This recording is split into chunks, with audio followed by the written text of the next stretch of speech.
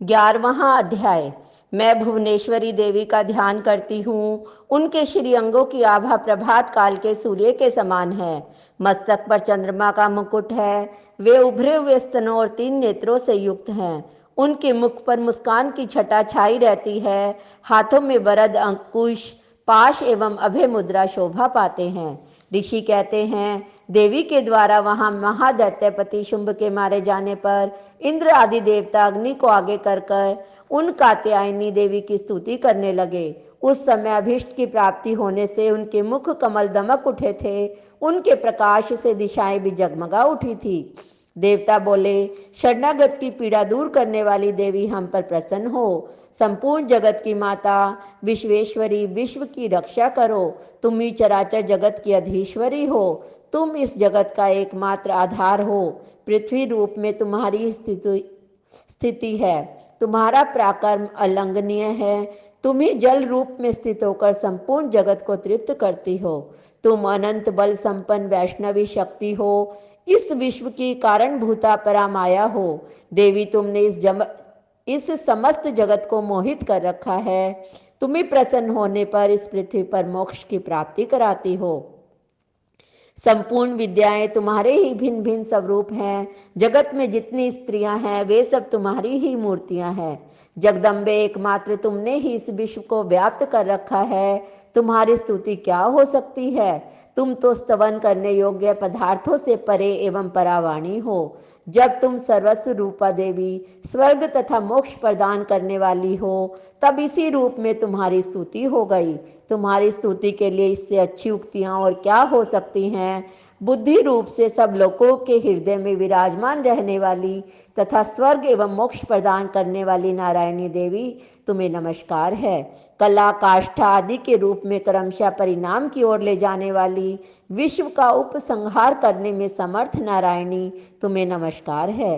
नारायणी, तुम सब प्रकार का मंगल प्रदान करने वाली मंगलमयी हो। कल्याणदायिनी शिवा हो। सब पुरुषार्थों को सिद्ध करने वाली शरणागत वत्सला, 3 नेत्रों वाली एवं गौरी हो।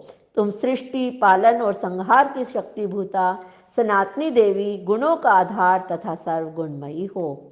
शरण में आए हुए दीनों एवं पीड़ितों की रक्षा में संलग्न रहने वाली, सबकी पीड़ा दूर करने वाली नारायणी देवी, तुम्हें नमस्कार है। तुम ब्रह्माणी का रूप धारण करके हंसों से जुते हुए विमान पर बैठती तथा कुश मिश्रित जल छिड़कती रहती हो। माहेश्वरी रूप से त्रिशूल, चंद्रमा एवं सर्प को धारण करने वाली, महान वृषभ की पीठ पर बैठने वाली नारायणी देवी हो। मोरों और मुर्गों से घिरी रहने वाली, महाशक्ति धारण करने वाली, कुमारी रूप धारणी निष्पापे नारायणी हो।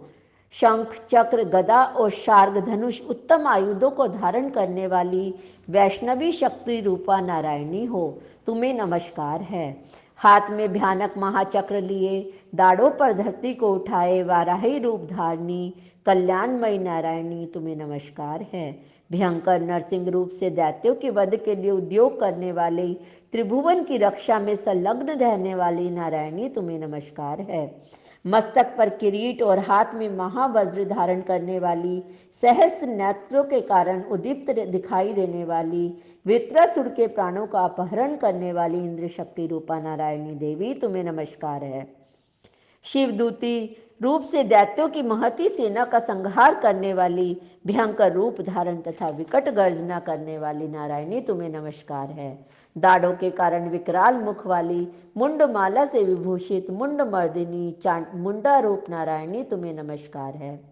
लक्ष्मी, लज्जा, महाविद्या, श्रद्धा, पुष्टि, स्वधा, ध्रुवा, महारात्रि तथा महाअविद्या रूपा नारायणी, तुम्हें नमस्कार है। मेधा, सरस्वती, वराभूति, बाभरवी, तामसी, नियता तथा ईशा रूपनी नारायणी, तुम्हें नमस्कार है। सर्वस्व रूपा, सर्वेश्वरी तथा सब प्रकार की शक्तियों से संपन्न दिव्य रूपे दुर्गे देवी, सब भयों से हमारी रक्षा करो, तुम्हें नमस्कार है। कात्यायनी, यह 3 लोचनों से विभूषित तुम्हारा सौम्य मुख सब प्रकार के भयों से हमारी रक्षा करे, तुम्हें नमस्कार है। भद्रकाली, ज्वालाओं के कारण विकराल प्रतीत होने वाला, अत्यंत भयंकर और समस्त असुरों का संहार करने वाला तुम्हारा त्रिशूल भय से हमें बचाए, तुम्हें नमस्कार है। देवी जो अपनी ध्वनि से संपूर्ण जगत को व्याप्त करके दैत्यों के तेज नष्ट किए देता है, वह तुम्हारा घंटा हम लोगों की पापों से उसी प्रकार रक्षा करे जैसे माता अपने पुत्रों की बुरे कर्मों से रक्षा करती है। चंडी के तुम्हारे हाथों में सुशोभित खड्ग जो असुरों के रक्त और चर्बी से चर्चित है, हमारा मंगल करे। हम तुम्हें नमस्कार करते हैं। देवी तुम प्रसन्न होने पर सब रोगों को नष्ट कर देती हो और कुपित होने पर मनोवांछित सभी कामनाओं का नाश कर देती हो। जो लोग तुम्हारी शरण में जा चुके हैं उन पर विपत्ति तो आती ही नहीं, तुम्हारी शरण में गए हुए मनुष्य दूसरों को शरण देने वाले हो जाते हैं। देवी अंबिके, तुमने अपने स्वरूप को अनेक भागों में विभक्त करके नाना प्रकार के रूपों से जो इस समय इन धर्मद्रोही महादैत्यों का संहार किया है, वह सब दूसरी कौन कर सकती थी। विद्याओं में, ज्ञान को प्रकाशित करने वाले शास्त्रों में तथा आदि वाक्यों में तुम्हारे सिवा और किसका वर्णन है। तुमको छोड़कर दूसरी कौन ऐसी शक्ति है जो इस विश्व को अज्ञान में घोर अंधकार से परिपूर्ण ममता रूपी गड्ढे में निरंतर भटका रही हो। जहाँ राक्षस, भयंकर विष वाले सर्प, शत्रु, लुटेरों की सेना और जहाँ दावानल हो, वहाँ तथा समुद्र के बीच में भी साथ रहकर तुम विश्व की रक्षा करती हो। विश्वेश्वरी, तुम विश्व का पालन करती हो, विश्व रूपा हो, इसलिए संपूर्ण विश्व को धारण करती हो। तुम भगवान विश्वनाथ के भी वंदनीय हो। जो लोग भक्ति पूर्वक तुम्हारे सामने मस्तक झुकाते हैं, वे संपूर्ण विश्व को आश्रय देने वाले होते हैं।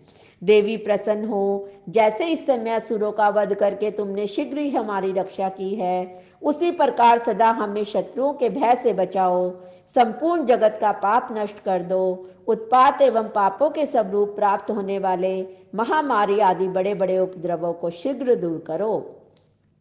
विश्व की पीड़ा दूर करने वाली देवी, हम तुम्हारे चरणों पर पड़े हुए हैं, हम पर प्रसन्न हो। त्रिलोक निवासियों की पूजनीय परमेश्वरी, सब लोगों को वरदान दो। देवी बोली, देवताओं, मैं वर देने को तैयार हूँ। तुम्हारे मन में जिसकी इच्छा हो वह वर मांग लो। संसार के लिए उस वर को मैं अवश्य दूंगी। देवता बोले, सर्वेश्वरी, तुम इसी प्रकार तीनों लोकों की समस्त बाधाओं को शांत करो और हमारे शत्रुओं का नाश करती रहो। देवी बोली, देवताओं, वैवस्वत मनवंतर के 28वें युग में शुंभ और निशुंभ नाम के 2 अन्य महादैत्य उत्पन्न होंगे। तब मैं नंद गोप के घर में उनकी पत्नी यशोदा के गर्भ से अवतीर्ण हो विंध्याचल में जाकर रहूंगी और उक्त दोनों असुरों का नाश करूंगी। फिर अत्यंत भयंकर रूप से पृथ्वी पर अवतार ले मैं विप्रचिति नाम वाले दानवों का वध करूंगी। उन भयंकर महादैत्यों को भक्षण करते समय मेरे दांत अनार के फूल की भांति लाल हो जाएंगे। तब स्वर्ग में देवता और मृत्यु लोक में मनुष्य सदा मेरी स्तुति करते हुए मुझे रक्त दंतिका कहेंगे। फिर जब पृथ्वी पर 100 वर्षों के लिए वर्षा रुक जाएगी और पानी का अभाव हो जाएगा, उस समय मुनियों के स्तवन करने पर मैं पृथ्वी पर अयोनिजा रूप में प्रकट होंगी और 100 नेत्रों से मुनियों को देखूंगी। अतः मनुष्य शताक्षी इस नाम से मेरा कीर्तन करेंगे। देवताओं, उस समय मैं अपने शरीर से उत्पन्न हुए शाकों द्वारा समस्त संसार का भरण पोषण करूंगी। जब तक वर्षा नहीं होगी तब तक वे शाक ही सबके प्राणों की रक्षा करेंगे। ऐसा करने के कारण पृथ्वी पर शाकंभरी के नाम से मेरी ख्याति होगी। उसी अवतार में मैं दुर्गम नामक महादैत्य का वध भी करूंगी। इससे मेरा नाम दुर्गा देवी के रूप में प्रसिद्ध होगा।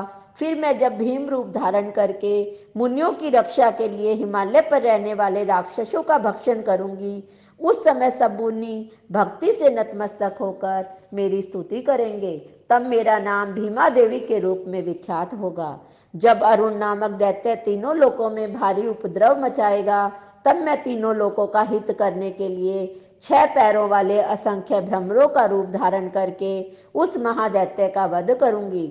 उस समय सब लोग भ्रामरी के नाम से चारों ओर मेरी स्तुति करेंगे। इस प्रकार जब जब संसार में दानवी बाधा उपस्थित होगी, तब तब अवतार लेकर मैं शत्रुओं का संहार करूंगी। इस प्रकार श्री मार्कंडे पुराण में सावर्णिक मनवंतर की कथा के अंतर्गत देवी महात्म्य में देवी स्तुति नामक 11वां अध्याय पूरा हुआ।